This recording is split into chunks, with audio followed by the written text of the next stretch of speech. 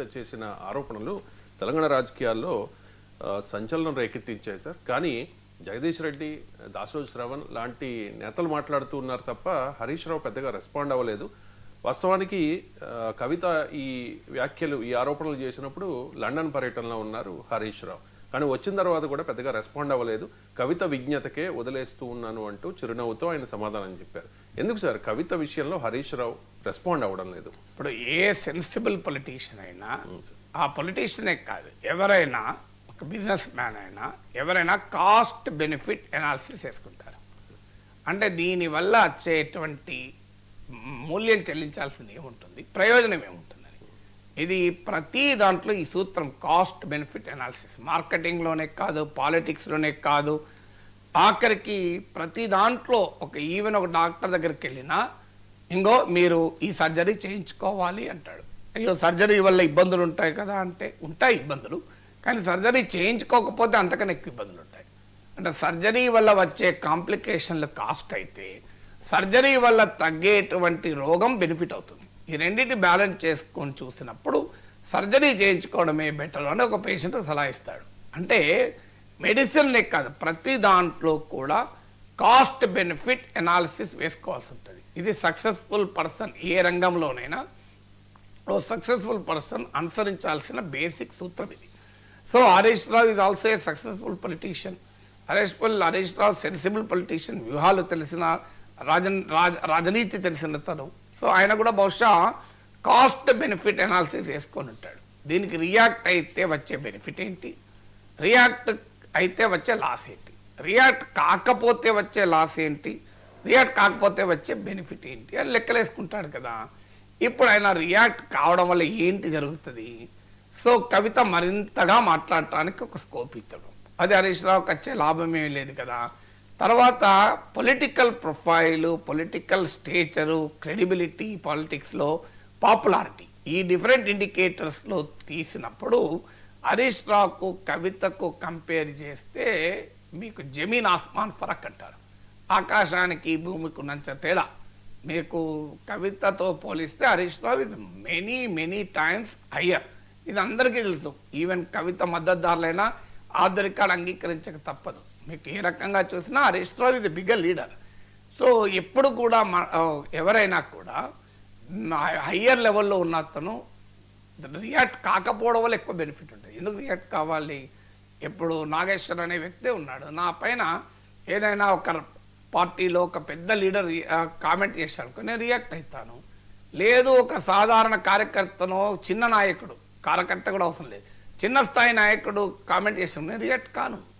ఎందుకంటే నేను రియాక్ట్ కావడం వల్ల ఆ నాయకుడికి బెనిఫిట్ అవుతుంది, నాకు బెనిఫిట్ ఎప్పుడు అవుతుంది? నాపై ఉదాహరణకు ఎవరైనా కేసీఆర్ నన్ను ఏమన్నా అనడంకో నేను రియాక్ట్ అయితే లాభం. కానీ ఎవరో ఒకరు సాధారణ ఒక ఎమ్మెల్యే, బీఆర్ఎస్ ఎమ్మెల్యే నన్ను అన్నాడనుకో నేను ఎందుకు రియాక్ట్ అవుతా, నవ్వురుకుంటా. సో అందువల్ల నాలాంటి ఇంత సింపుల్ ఎనాలి తీసుకుని హరీష్ రావు వేసుకోడా, ఆయనకు ఎంత అనుభవం ఉంది. సో ఇప్పుడు తనకన్నా పొలిటికల్ స్టేచర్, ప్రొఫైల్ అండ్ పాపులారిటీలో తక్కువ కవిత పైన రియాక్ట్ అయ్యి కవితకున్న ఒక్కటే అంశం ఏంటంటే కేసీఆర్ కూతురు. హరీష్ రావు కన్నా ఆ ఒక్క విషయంలోనే కేసీఆర్తో ఉన్న ఫ్యామిలీ రిలేషన్షిప్లో కవిత హయ్యర్ లెవెల్లో ఉంటుంది. ఇక మిగతా పాలిటిక్స్ బీఆర్ఎస్లోకి వచ్చే వరకు హరీష్ రావు హయ్యర్ లెవెల్లో ఉంటాడు. కానీ కవిత ఎప్పుడైతే బీఆర్ఎస్ నుంచి కేసీఆర్ ఎక్స్పెల్ చేశాడో హరీష్ రావుతో కంపారిజన్లో ఉన్న ఆ ఒక్క డైమెన్షన్ కూడా పోయింది. అందువల్ల ఇప్పుడు ఆయన ఎందుకు రియాక్ట్ కావాలి?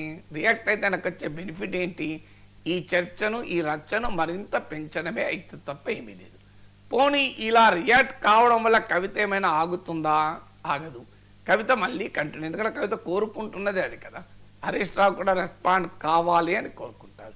పోనీ కవిత చేసిన వ్యాఖ్యల వల్ల బీఆర్ఎస్లో ఆయనకి ఏమైనా ఇబ్బందులు ఎదురయ్యాయి, వీటిని కౌంటర్ చేయకపోతే బీఆర్ఎస్లో తనకు ఇంకా ఎక్కువ ఇబ్బందులు అవుతాయి, చూడు నువ్వు ఇవి చేసావట అవి చేసావట ఎవరన్నా అనొచ్చు అని. కానీ కవిత హరీష్ రావు పైన చేసిన విమర్శలన్నీ వాస్తవంగా కేసీఆర్కే తాకుతాయి. ఇప్పుడు కాళేశ్వరంలో అవినీతి చేశాడు హరీష్ రావు అనేది ఆరోపణ. కామన్ సెన్స్తో ఆలోచించినా మనకు అర్థమవుతుంది. ముఖ్యమంత్రి కేసీఆర్ ఉండగా హరీష్ రావు ప్రత్యేకంగా అవినీతి చేసేది ఉంటుందా? అవినీతి అంటూ జరిగితే అది కేసీఆరే చెయ్యాలి హోల్సేల్గా, హరీష్ రావుకి ఏమైనా రిటైల్ అవకాశమే ఉంటుంది. అవినీతి అంటూ జరగకపోతే హరీష్ రావుకు అంటదు మరక, కేసీఆర్కి అంటదు. కానీ కవిత లాజిక్ ఏంటి, హరీష్ రావు అవినీతి చేసి కేసీఆర్కు మరకంటించాడు. కేసీఆర్ అంతా మరకంటించుకునే చిన్నపిల్లవాడు కాదు. KCR is a మచ్యూర్డ్ political leader. బీఆర్ఎస్లో ఆయనే లయన్, ఆయనే టైగర్. ఇక ఆయన ఏదో అసమర్థ నాయకుడిగా, ఆయన ఏదో అమాయకుడిగా, ఆయన ఏదో మిగతా వాళ్ళు చెప్పినట్టు నాయకుడు కాదు కదా. కేసీఆర్ ఏకకాలంలో football, cricket, hockey, throwball, kabaddi అన్నాడుతాడు. ఆయన ప్రత్యర్థుల్నే ఆడగలిగే నాయకుడు. అందులో కేసీఆర్ అవుట్ స్మార్ట్ చేసే కెపాసిటీ హరీష్ రావు కాదు, ఎవరికి లేదు. బీఆర్ఎస్లో అందరికీ తెలుసు, పాలిటిక్స్లో ఎవరైనా కేసీఆర్ సొంత కొడుకు కూడా అవకాశం ఇయ్యడు. కేసీఆర్ పొలిటికల్ సైకాలజీ తెలిసిన మీరు ఎవరినైనా అడగండి, కేసీఆర్ కొన్ని విషయాల్లో కొడుకు బిడ్డలను కూడా దగ్గరికి రానియ్యడు అని. కొన్ని విషయాల్లో కేసీఆర్ మనసులోనే ఉంటుంది తప్ప అది ఎవరితోనూ షేర్ చేసుకోడు కేసీఆర్ అవసరం వచ్చినప్పుడు తప్ప. That is how KCR works. అందుకే ఆయన ఓ డిప్యూటీ స్పీకర్గా పనిచేస్తూ బయటికి వచ్చి తెలంగాణ నినాదం అనేది ఇస్తే ఎవరైనా పట్టించుకుంటారా అనే ప్రశ్న ఉన్న సమయంలో ఆయన బయటికి వచ్చి, అది కూడా అప్పుడు అత్యంత శక్తివంతమైన నాయకులు అన్న చంద్రబాబు నాయుడు ముఖ్యమంత్రిగా ఉండగా, రాజశేఖర రెడ్డి నాయకత్వంలో కాంగ్రెస్ పార్టీ బలమైన ప్రతిపక్షంగా తెలంగాణలో కూడా ఉండగా కేసీఆర్ బయటకు వచ్చాడు. 10 దశాబ్దంకు పైగా తెలంగాణ నినాదాన్ని ఒక ఉద్యమంగా మలిచి ఆఖరికి విజయ తీరాలకు చేర్చినటువంటి ఒక బలమైన నాయకుడు కేసీఆర్ కదా. దేశంలోనే అనేక రాజకీయ పార్టీలు ఒప్పించి తెలంగాణకు అనుకూలంగా లెటర్లు తిప్పించిన నాయకుడు కదా. కేసీఆర్ను విమర్శించేదానికి విమర్శించవచ్చు ఎవరైనా, కానీ కేసీఆర్కు ఉన్న స్ట్రెంత్లను మనం తగ్గించకూడదు కదా. అలాంటి కేసీఆర్ కన్నులు గప్పి కేసీఆర్కు తెలియకుండా హరీష్ రావు అవినీతి చేసే అవకాశమే లేదు కదా. అందువల్ల ఇప్పుడు కవిత చేసిన ఏ విమర్శలైనా they are not Harish Rao specific. అది ఒక రకంగా కేసీఆర్ వర్తిస్తాయి, ఒక రకంగా మెయిన్గా కేసీఆర్కి వర్తిస్తాయి, అలాగే బీఆర్ఎస్ పార్టీ మొత్తానికి వర్తిస్తాయి. అన్నిటికీ మించేది బీఆర్ఎస్ ప్రత్యర్థులకు ఆయుధాలు అయ్యాయి. ఇప్పుడు హరీష్ రావు డిఫెండ్ చేసుకోవాల్సిన అవసరం ఏమున్నది, పార్టీ యావత్తు ఆయన డిఫెన్స్కి వచ్చింది కదా. కేటీఆర్ హరీష్ రావుకు పోటీ అనుకునే కేటీఆర్ కూడా 6 అడుగుల డైనమైట్ హరీష్ రావు, డైనమిక్ హరీష్ రావు అంటూ ట్వీట్ చేశారు కదా. పార్టీయే 6 అడుగుల బుల్లెట్ అని ట్వీట్ చేసింది కదా. ఇలా పార్టీ యావత్తు సోషల్ మీడియాలోనూ బహిరంగంగానే హరీష్ రావుకు మద్దతుగా ఎన్నడూ లేని రీతిలో తనకు మద్దతుగా వచ్చినప్పుడు ఇప్పుడు ఆయన ఎందుకు యుద్ధం చేయాలి? ఇప్పుడు యుద్ధము రాజు ఎప్పుడు చేస్తాడు? మీరు సైన్యాధిపతి, రాజు కాదు. ఇప్పుడు సర్వ సైన్యాధిపతి ఎప్పుడు యుద్ధం చేస్తాడు? దండనాయకులు మిగతా వాళ్ళంతా ఓడిపోయినాక కదా. ఇప్పుడు సైన్యాధిపతి పైన ఆరోపణలు వస్తే చక్రవర్తి సమర్థనకు వస్తున్నాడు. ఇంకా కాదు, చక్రవర్తి యువరాజుతో సహా అందరు వస్తున్నారు. ఇక సర్వసైన్యాధిపతికి ఎందుకు అవసరం? ప్రశాంతంగా ఉంటే అయిపోతుంది కదా. సో అందరూ తనను సమర్థిస్తుంటే పార్టీ మొత్తం ఇప్పుడు ఆ బాధ్యత ఏదో హరీష్ రావు భుజాన్ని ఎందుకు ఎత్తుకోవాలి? సో ఆయనకు అవసరం ఏంటి అనేది ఒక ఫండమెంటల్ పాయింట్ కదా.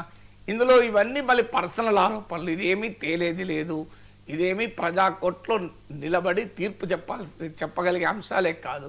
పరస్పర ఆరోపణలు, వీళ్ళ మీద వాళ్ళ మీద ఆరోపణలు చేసుకుంటారు. సో ఈ వార్ ఆఫ్ వర్డ్స్లోకి దిగి తన సమయాన్ని వృధా చేసుకోవడము, మనసు ఇంకా తలనొప్పి తెచ్చుకోవడము, రోజుకు 2 కాఫీలు తాగేవాళ్ళు 20 కాఫీలు తాగాల్సిన పరిస్థితి తెచ్చుకుంటాడా? సో అందుకే Harish Rao simply said fine, ఆమె విజ్ఞతకే వదిలేస్తున్నా. అన్నిటికీ మించి ఆమె కేసీఆర్ కూతురు. సో ఎంత కాదన్నా కేసీఆర్ కూతురు, పొలిటికల్గా కాదన్నా, కానీ రిలేషన్షిప్లో కాదని ఎవరన్నా లేదు కదా. సో అందువల్ల కేసీఆర్ కూతురు పైన హరీష్ రావు అటాక్ చేయడం అంటూ మొదలు పెడితే అది ఫ్యామిలీ రప్చర్ ఇంకా పెరుగుతుంది. అది కూడా క్షేమదాయకం కాదు కదా. అందుకంటే సో ఆమె విజ్ఞతకే వదిలేసిన అని అనడంలోనే అది ఆయన పొలిటికల్ స్ట్రాటజీ కనబడుతుంది కదా. ఇక ఫైనల్గా రీజనల్ రింగ్